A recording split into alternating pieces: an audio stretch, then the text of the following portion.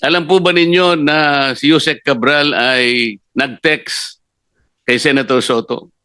Opo, nakita ko po yung privilege speech po ni Senator Lacson na pinakita yung text message. Concentrate po tayo sa text niya kay Senator Soto. Yung po'y ginawa niya nung kami po ay ma-proclaim bilang senador.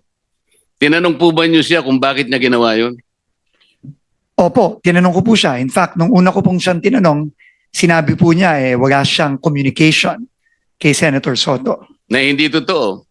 Well, clearly po, hindi po totoo dahil lumabas po yung text message at kinonfront ko po siya ulit at nagpaliwanag po siya na sinasabi po niya, siya po daw ay nagtatanong kung meron pong priority project ang opisina ng senador, which is clearly hindi consistent po dun sa unang sinabi niya sa akin. Sinabi nga po ng ating chairman sa kanyang privilege speech, Yusek Cabral was lying to her teeth. Totoo naman eh. Bakit po niya ginawa yun? Siguro po, meron po siyang tinatago, Mr. Chairman. Hindi lamang po yun.